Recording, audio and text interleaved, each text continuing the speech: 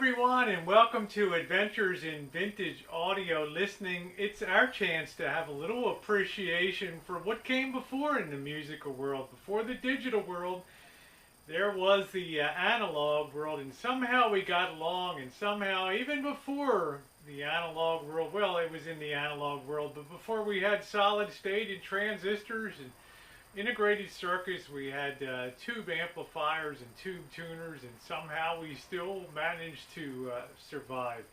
But anyway, those of you who have been enjoying the four-part series on restoring the Harman Kardon 430 twin power stereo amplifier receiver from 1973 to 1976, we'll know that my feelings about it, having followed me through the restoration process and everything, that, well, it's now certainly found a spot in my heart, and it's probably become one of my top 5 receivers, and I have a lot of them. I have probably 100 units that generate some type of audio, so this is in the top 5. And we'll get to some of the reasons why, but I thought we'd have a little experience with some listening today and then describing. If you haven't seen the 4-part series, you'll enjoy it. Basically got a non-working unit, and it's now working. It's had an LED light upgrade to the dial pointer. Cleaned up all the tuner controls, and the other knobs and switches have been deoxed to make them smooth and no static, and the thing is just performing wonderfully, and I love it. Perhaps one of the reasons why is the iconic front on it. You know, it's in the 1970s and 80s, before the big black boxes came into being, the really dull looking black stereo plastic boxes came in. It was all about the visual eye candy of these classic receivers from particularly the 1970s, and a lot of the manufacturers engaged in the stereo wars. As much silver face as possible, as many knobs and dials and tuning devices and meters bouncing up and down, signal meters and output meters. The more stuff that was going on, the more people seemed to really enjoy it. So, you know, Harman Kardon chose instead to focus on making the absolute best quality product that they could. I'm not going to open it up again inside. You can see, if you check the video rebuilding and restoration that I did, you'll see that this has 2 very gorgeous, big, beautiful output speaker output transformers, which is the heart really of what makes a really great audio output device, especially in stereo, because the less frequencies, or the less of the studio generated music that you leave on the studio floor, the better your listening experience is going to be. And this is one of the best, because these output speakers are very wide frequency. They capture almost as much as the human ear can take in. So they cost more, yes, of course they do, but they're worth it. Additionally, this uses top-of-the-line components, capacitors and other things that you know, the manufacturers could have gotten cheap, and a lot of them did. They focused a lot on all the silver on the front and all the fancy bells and whistles,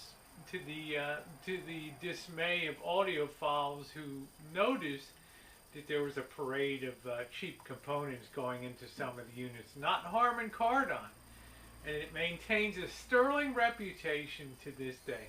So let's get it lit up a little bit and take a closer look. I've dimmed the light some so you can get a, well, just a feel for the signature look of the unit with the very handsome red power button.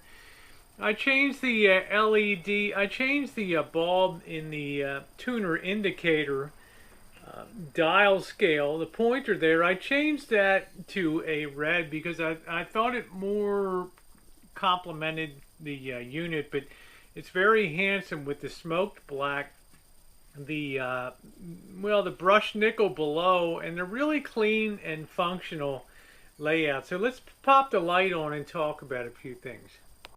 I really like a a unit that makes sense when you look at it. Just simple. We don't have to reinvent the wheel all the time as some manufacturers try to do.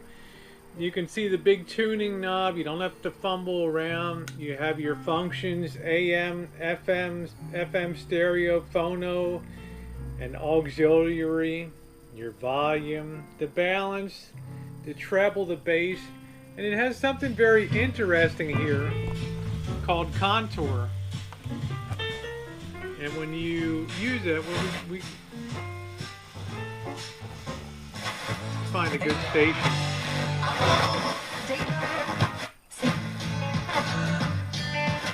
Panda, Eric, and Eduardo's and apply now at Santa Rosa EU. Spring classes start here. We're working on an anti-steer commercial. You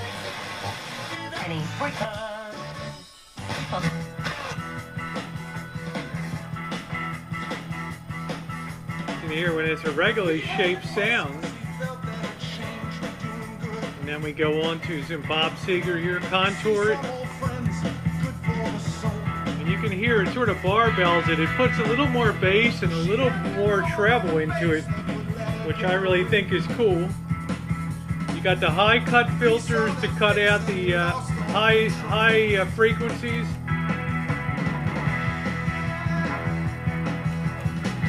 You got the low cut to cut out the lows. A lot more treble.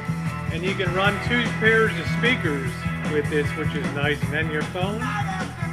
You got your signal strength meter there. So all in all, just a really, really nice unit. And one that I just absolutely love.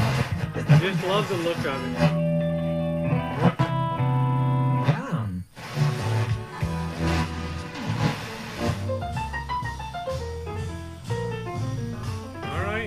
Let's do some listening.